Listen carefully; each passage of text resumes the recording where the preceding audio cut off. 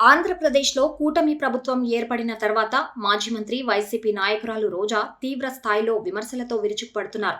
రాష్ట్రంలో మహిళల అక్రమ రవాణా అంశంపై జనసేన అధినేత ఉప ముఖ్యమంత్రి పవన్ కళ్యాణ్ ఎందుకు మౌనంగా ఉంటున్నారని ఆమె సూటిగా ప్రశ్నించారు. తమ అధినేత వైఎస్ జగన్మోహన్ రెడ్డి సభలకు ప్రజల నుండి వస్తున్న అపూర్వ స్పందనను అడ్డుకునేందుకే ప్రభుత్వం కుట్ర పన్నుతోందని ఆమె ఆరోపించారు. రోజా మీడియాతో మాట్లాడుతూ కూటమి ప్రభుత్వం ప్రజలకు ఇచ్చిన సూపర్ 6 హామీలను పూర్తిగా విస్మరించిందని తీవ్రంగా మండిపడ్డారు.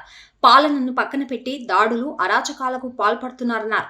కూటమి ప్రభుత్వంపై ప్రజలు తీవ్ర ఆగ్రహంతో ఉన్నారని రోజా స్పష్టం చేశారు. ఎన్నికల్లో జగన్ను ప్రజలు ఓడించలేదని, ఈవీఎంలలో జరిగిన గోల్మాల్ ద్వారానే ఆయన ఓటమి పాలయ్యారని ఆమె సంచలన ఆరోపణలు చేశారు. అధికారం ఎవరికీ శాశ్వతం కాదనే విషయాన్ని కూటమి నేతలు గుర్తుంచుకోవాలన్నారు.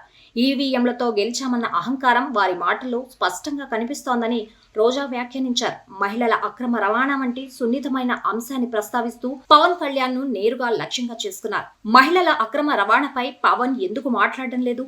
ఇప్పుడు మీ ప్రభుత్వమే అధికారంలో ఉంది కదా పవన్ కళ్యాణ్, మరి ఇప్పుడు చంద్రబాబు, లోకేష్లను తొక్కిపెట్టి నార తీయాలి కదా అని ఆయనను ఉద్దేశించి నిలదీశారు. వైఎస్ జగన్ నిర్వహించే సభలకు ప్రజలు పెద్ద ఎత్తున తరలి రాకుండా అడ్డుకోవాలనేది ప్రభుత్వ కుట్రలో భాగమని ఆమె ఆరోపించారు. రాష్ట్రంలో ప్రస్తుత పరిస్థితులపై ప్రజలు తీవ్ర అసంతృప్తితో ఉన్నారని, త్వరలోనే వారి ఆగ్రహం కట్టలు తెంచుకుంటుందని రోజా అభిప్రాయపడ్డారు.